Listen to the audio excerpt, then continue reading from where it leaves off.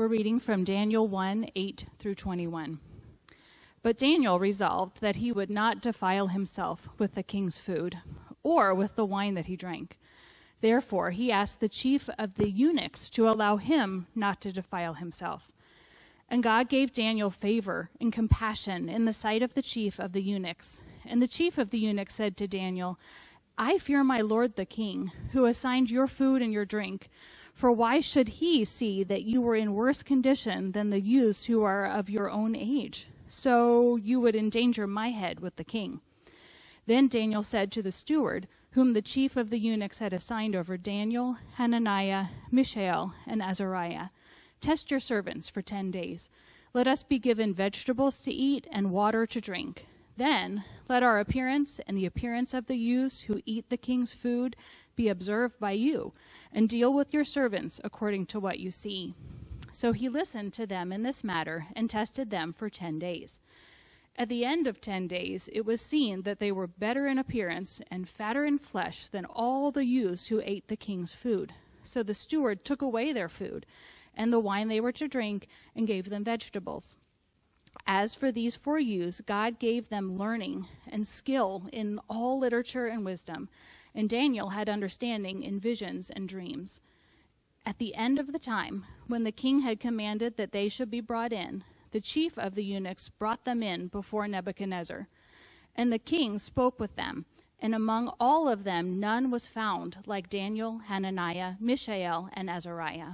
Therefore they stood before the king, and in every matter of wisdom and understanding about which the king inquired of them, he found them 10 times better than all the magicians and enchanters that were in all of his kingdom. And Daniel was there until the 1st year of King Cyrus. All right. Well, as we just read, this book of Daniel is getting very good. And as we finished up chapter 1 this morning, we noticed chapter 1 in Daniel is very important to set the stage for the rest of the book. It not only serves as an introduction, but really it's a picture of the rest of the book.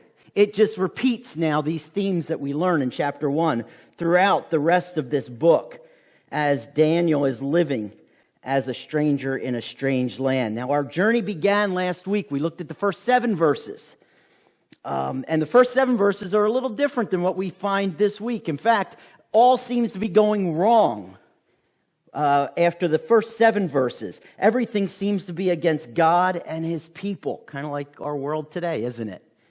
And what happens is that the Babylonians under King Nebuchadnezzar come in, and God gives Judah, the nation of Judah, into his hands. And he takes captive many of the best and the brightest young men, takes them back to Babylon to put them in an indoctrination program, basically. He also steals items from the temple, which are precious to God, and puts them in the temple to his gods. And then he also takes these young men, and he even changes their names, takes their Hebrew names away from them, which in Hebrew, the names were often a witness of God. So they were a glory of God, and he takes that away and gives them Babylonian names, which are meant to honor these false gods of Babylon.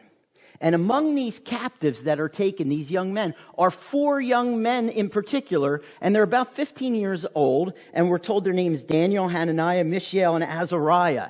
Now, we may know them by their names. They got changed to, some of them, because Daniel was renamed Belteshazzar, Hananiah, Shadrach, Mishael, Meshach, and Azariah, Abednego. And they were put into this program to become servants of King Nebuchadnezzar.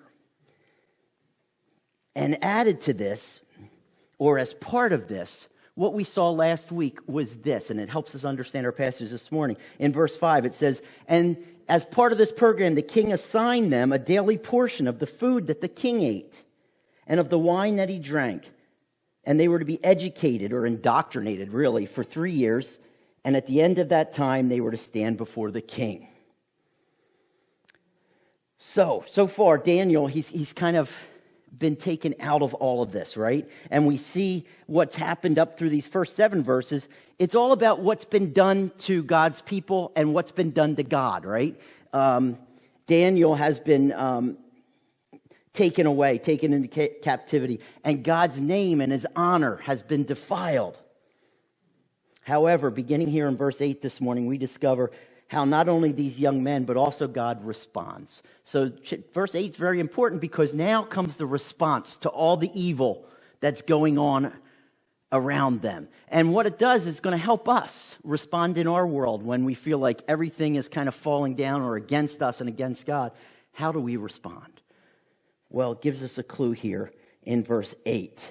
As a matter of fact, we see how then God responds when evil seems to be triumphing, when our trust in God and his goodness is tested. So let's dive in, and we're going to look at these verses just a little closer, look at this story, because this story is kind of interesting, some of the things going on, and I think sometimes it gets misunderstood. And it begins in verse 8, and it says, "But Daniel." Now, I don't want you to lose that. I always talk about the big butts of the Bible, right? We ought to do a book on the big butts of the Bible because it's important. And here's one of those things. Everything seems to be going one way, but Daniel. And there's this turn that happens. One of these young men, Daniel, speaks up. He takes a stand. In fact, he and his friends say, "We will not eat the king's food or drink his wine." And so they take this big stand. Now, this isn't their first opportunity to take a stand. They had other things that were done to them, didn't they? Daniel didn't fight against having been taken into captivity. It doesn't say he rebelled against all of that. It didn't say that he fought against having his name changed to a Babylonian name. These were bad. They were done to him, and they were evil things that were done to him, and they were offensive, but Daniel didn't fight. Instead, he chooses to take a stand here with the king's food. Why here and why now? Well, at the heart of Daniel's stand, and we see this in verse 8, is that he doesn't want to defile himself by partaking of this food. In other words, Daniel says it would be sinful against God to eat this food and to drink the king's drink. Now, we're not told specifically why this will defile David. We're not told what's wrong with this food that makes it sinful. And we can speculate, though. Perhaps it's because it wasn't kosher. If you remember, God gave the Jewish people all these dietary laws, and you weren't allowed to eat certain meats like pork or shellfish, or it had to do with how something was prepared. It couldn't be strangled, and the blood had to be out of it. It could be something like that, but I think more likely, when we look at our passage this morning, and in context of everything, the reason why this food would defile Daniel and his friends, or why it was sinful, is because this food was dedicated to the Babylonian gods. See, often in the ancient world, this is how it would be. They would worship other gods, and they would take their food and they would dedicate it to their gods. Much like how we offer a blessing before our meal. They would offer their foods to their gods and they would dedicate it. And sometimes they would even use this food as a sacrifice and then eat it after the sacrifice. In fact, we see this with the Jews, don't we? With the Passover lamb. They were told to take this unblemished lamb and sacrifice it to God, and then they were told to eat the lamb. And we see this idea of food sacrifice to gods. Paul takes on this subject matter in 1 Corinthians chapter 8, when the Greeks are offering their food to their gods and whether we should eat it or not. So the idea here then is for Daniel to eat this food was sinful because it would be like approving of these gods, and that's why it would be sinful. You see, it would be dedicated to the gods, so him eating the food was almost like what he's doing is dedicating himself to these foreign gods. Or he's being unfaithful to God. And the point is that Daniel saw this as a sin against God. Now, the other stuff done to Daniel, like changing his name, taking him into captivity, while it was personally offensive, it wasn't sinful. In fact, we see how God gave these men into his hands. So God was at work in that. So it wasn't necessarily sin against him done, and that's why he didn't stand up. But Daniel chooses to stand against this because it's sinful. And it's through this that we discover one of the ways that Daniel stays strong for God in his world. Again, part of us looking at Daniel, the book of Daniel, is how do we stand strong in our world today, living as strangers in a strange land? Well, one of the ways we see here that Daniel stays strong for God and trusting in God's faithfulness is this, that Daniel in his stand is calculated regarding God's faithfulness. He makes a calculated stand. It's just not a willy-nilly stand. I think I'll just stand for something, right? It says in verse 8 that Daniel was resolved. Do you know what resolved means? Settled, firm, unchanging. So Daniel made this decision not to eat the king's food before he ever walked into this big dining hall. Picture this dining hall, and you get there, and it's like a big buffet. If you've been to Shady Maple and you walk in, and the smells hit you, and you're like, man, that smells good. Because you know what? This king's food, it was good. It was food fit for a king. It was the best in all the land. It probably smelled good. It was cooked good. It probably tasted very good. And you walk into a place like that. And have you ever done that? You're going out to dinner and you're like, man, I got to keep to my diet. I can't eat anything bad. And you walk in and you're just like, I smell barbecue. Oh man. And you're just like, ugh. And you're sitting there, eating your salad while everybody's eating barbecue around you, and you're trying to stand strong. And then they bring out the dessert tray, and there's coconut custard pie on it. And you're just like, oh, come on. And what usually happens? I'll just have one little piece, right? We think we're resolved, but we're not. You know why it's so hard? Because we're trying to make that decision in the moment. Daniel, being resolved, has made this decision. And he says, here's where there's going to be a lot of things that happen to me, and it won't be fun. But there's some things that happen to me that I need to stand against, and that's when God is not honored, or when I'm asked to sin against God. And so here's where Daniel makes this stand. And he says, I will stand with God and stand against this. And this is important for us to grasp when we're looking at our world today. Do you know why? Because sometimes we say, yeah, I need to stand up for God, and we don't think anything of it. And then we get in situations. Maybe it's at work and guys are telling jokes around the thing, or we're at school with their friends, or we're even out, in our free time and things, and something happens. And we're just like, oh, I just do a little bit. It's okay. And things become tempting, and it becomes harder to stand because we haven't prepared ourselves to stand. And what this tells us, if we want to stand in our world, you know what we need? We need to prepare ourselves. We need to think about the challenges we could face in a day, so we're not caught unaware, so that we're ready to stand up against these things. Debbie and I usually do this sometimes before we go out, and we go to situations where I know I'm out of my element and I'm going to be insecure and things like that. And we work through things, and she goes, now, this is going to happen. So how are you going to respond? You see, and we go through scenarios. Why? Because we want to be calculated. And this is what Daniel's teaching us. He's calculated, right? Because if we're not ready and we're not prepared and ready to stand firm, you know what happens? The world shapes us more than we shaping it, or more than us standing firm in God. You see, it's easy to be conformed to our world when we're not being shaped by Jesus. In fact, that's what Paul gets at in Romans chapter 2, where he says, don't be conformed to the world, but be transformed by the renewal of your mind. This renewal of our mind is calculated, resolved act, where we're strong in God. And I'm sure Daniel didn't like or agree with having been taken into captivity or having his name changed, but the hill he'll die on is when he's asked to sin against God. This is an actual obedience to God issue. And he's standing not for his glory and honor, but for God's. And being calculated in this regard means that we're intentional and thoughtful in what we take a stand on in our world. Do you know that?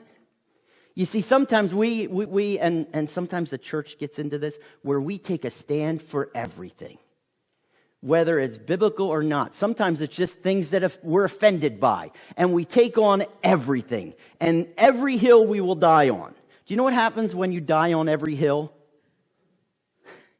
You don't stand on any of them.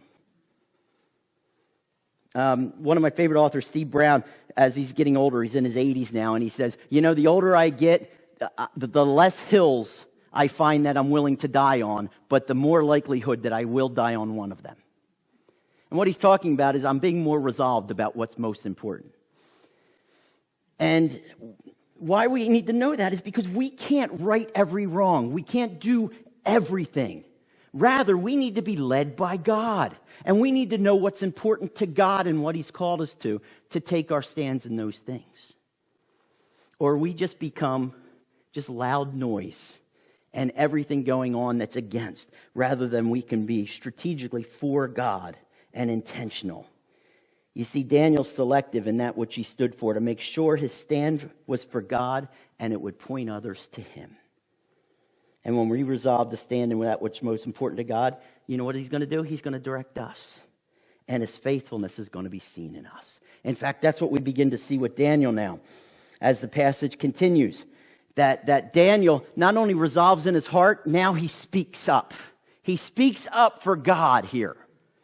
And you know what he basically acts upon his resolve not to eat the king's food. And notice, and look here in verse 8 and 9 how he does it. He doesn't stand up on the table and say, "This food is garbage. It is idolatry.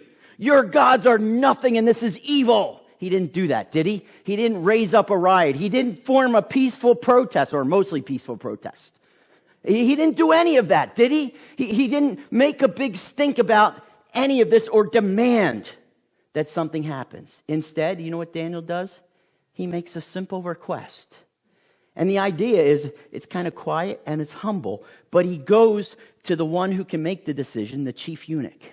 The guy who selected him out of Jerusalem and had traveled with him for many months to come there. And he goes up to him and says, "Hey, would it be all right if I don't eat that food? Because I don't want to defile myself. It's a sin against my God. And I don't want to eat that." And it's interesting because in what follows, we discover that Daniel's not only calculated in his stand, but he's also confident. He's confident when he stands for God, that God will be faithful. And he's confident in not in himself, but in God's faithfulness. So he speaks up to what's right and pleasing to God, trusting that God will stand as God and God will be glorified in this. And this confidence is all about his life. He's living this life and he's submitted to God, and others can see it in his relationships and all of this. So the chief eunuch, who already knows him, and it says God gave Daniel favor and respect or compassion with this chief eunuch. You know, that word "gave" is the same word last week that we saw when we said God gave Jerusalem into King Nebuchadnezzar's hand. This is God's work. It's not something Daniel did, but God gave Daniel favor. And the servant of the king who was in charge of this captive notices that Daniel's different. You know, many times, I don't know about you, but we want to be accepted by our world, don't we? We want to be liked by our world. We want to relate to our world and them to be able to say, "Hey, maybe being a Christian's not bad. Maybe we should listen to this person." Yet you know how we often go about it? We get afraid and we're like, "I don't want people to hate me. So maybe I'll just soften some of the things God says. Maybe I'll compromise what I believe or what I know to be true in trying to be accepted or be more like the world around us." But you know what? There's something to be said for standing for God in integrity. And although it's not usually welcomed right away, you know what it does? It stands the test. And I will tell you, people will respect you more for standing with God than for compromising it and compromising the things of God. We see it in churches today.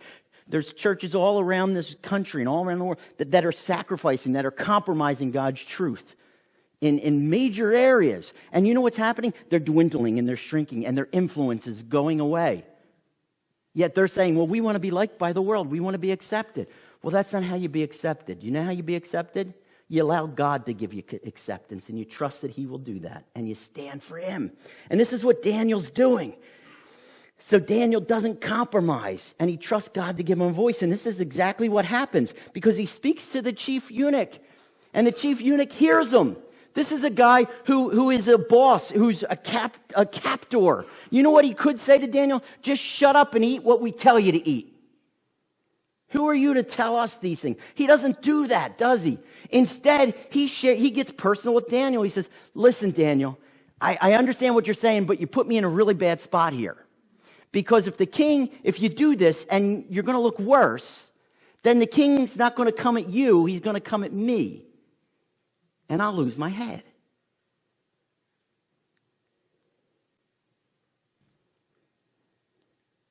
And Daniel, he's not in this for himself. He's in this for God. So in trusting that God will work, Daniel then, he understands this, and he has compassion on this man. And he says, listen.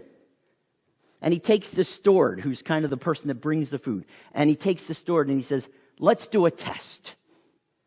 For 10 days, don't give us the king's food. Instead, give us vegetables. And the word vegetable means vegetables and grains here. And give us water to drink for 10 days. And if at the end of 10 days, we look worse, we'll eat the king's food. But if not, then we can continue eating that which we're not defiled with. And so he offers that. And he offers 10 days. Now, I don't know if you've ever been on a diet. 10 days is hardly enough to see a drastic difference in anybody, is it?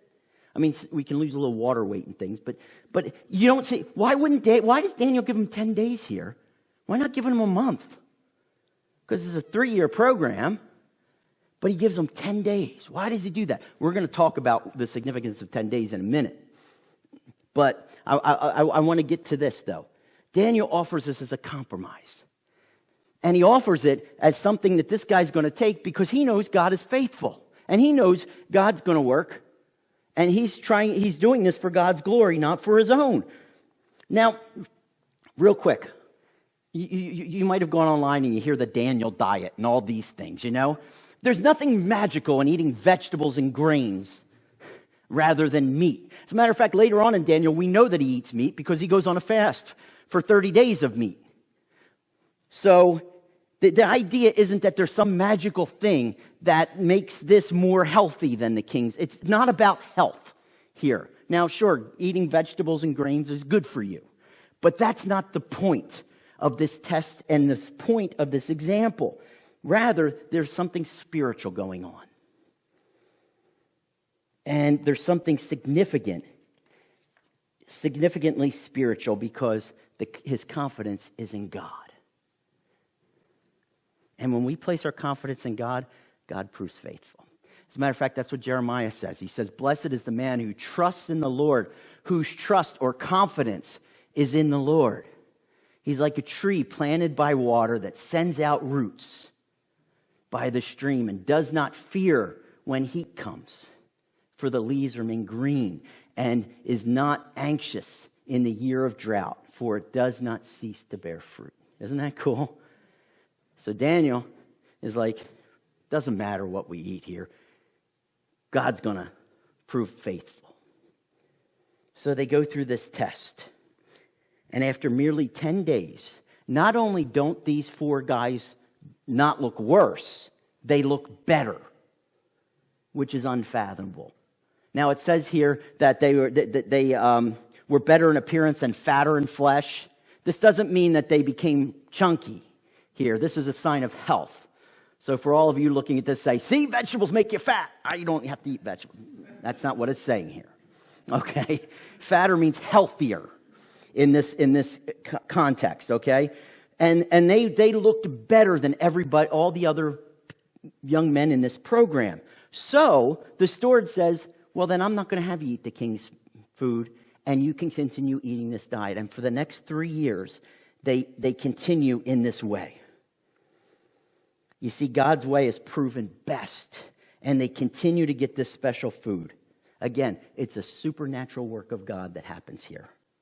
Not merely some diet. And over these next 3 years, look at verse 17. It says, for these 4 youths, during these 3 years now, God gave them learning. There's that word gave again.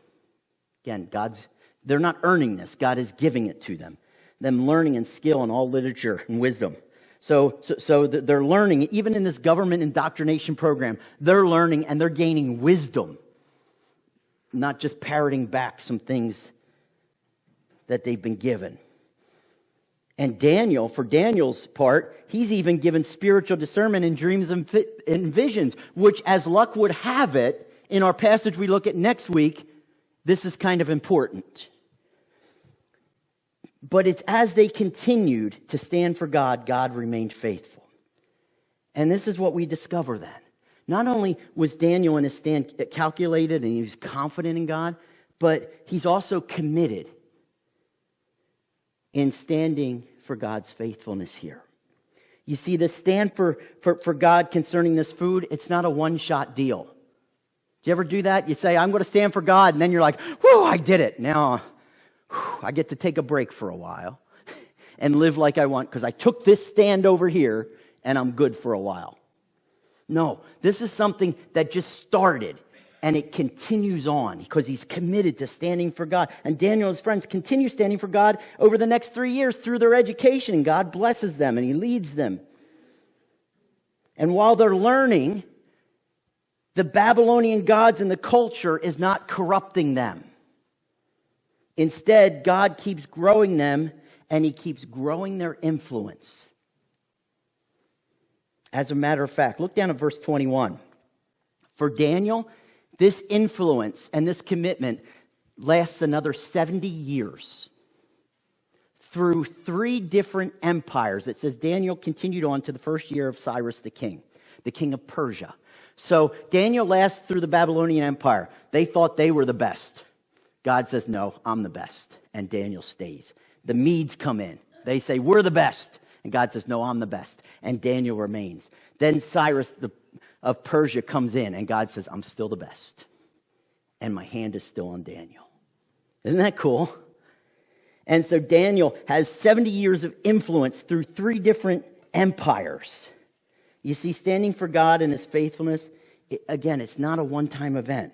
It's something that grows as we commit to trust more and more of ourselves to him. I always like to say faith builds faith. We learn to put our faith in God for something and he proves faithful. It becomes easier to trust him more the next time.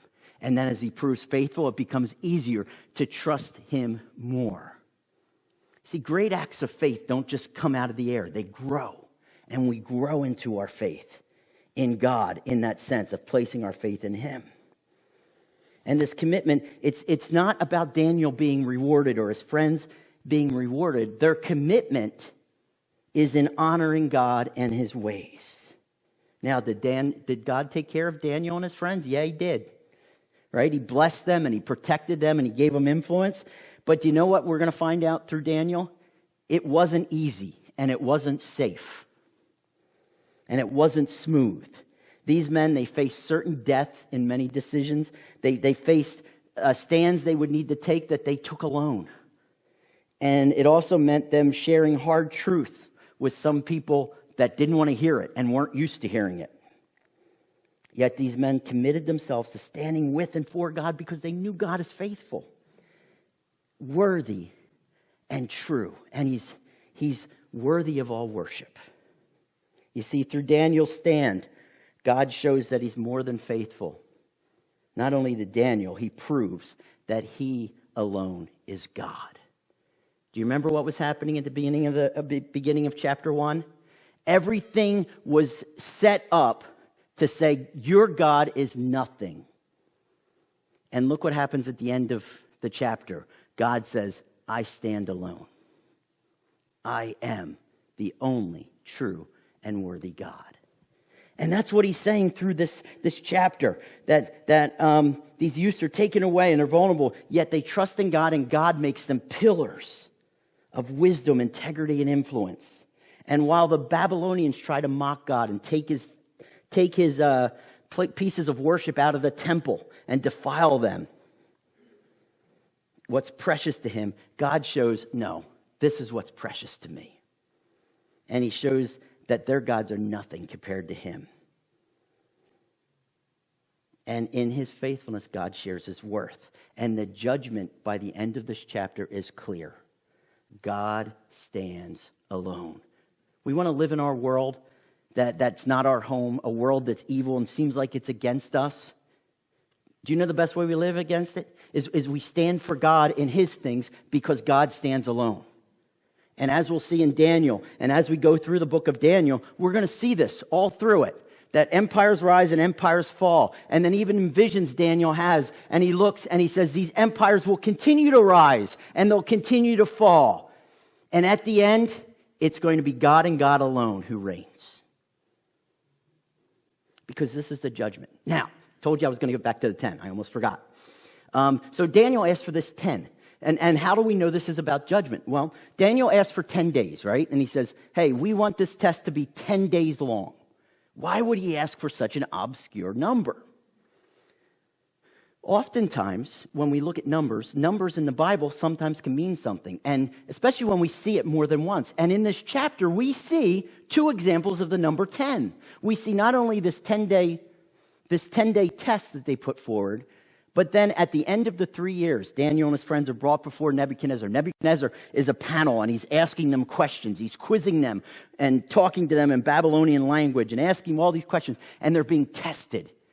And not only is Nebuchadnezzar so impressed and says they're more than any of the other people in this program, but then as he continues to talk to them, he realizes they are 10 times better than any of his wise men in the entire kingdom. Guys have been learning all their lives. And he says they're 10 times better. You know what that means? If you take a test and you do really good and you get 100 on your test, these guys were getting 1,000 somehow. Talk about extra credit, right?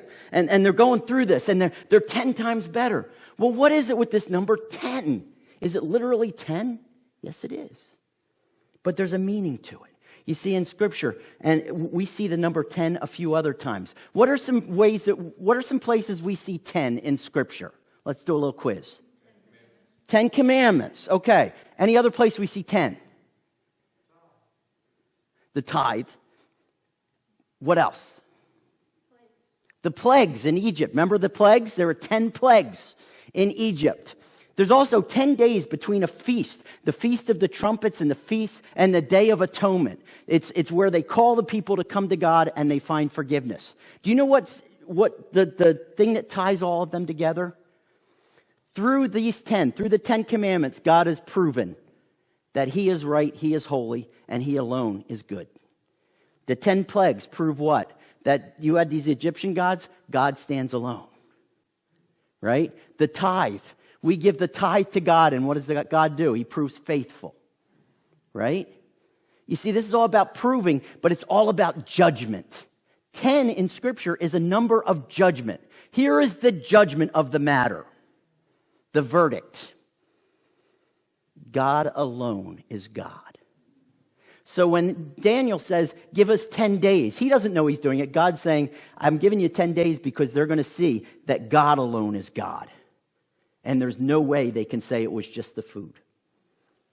These men stand before, and they're better than all the other men, but they're also 10 times better than all the wise men in all of the kingdom. That just doesn't happen.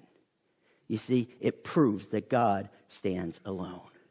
So what we have throughout the book of Daniel and going forward is this principle that when we stand for God and we stand for his honor and his glory, we'll see him faithful because he stands alone, because he is the one. So in our world today where we can take stands for him, he calls us to.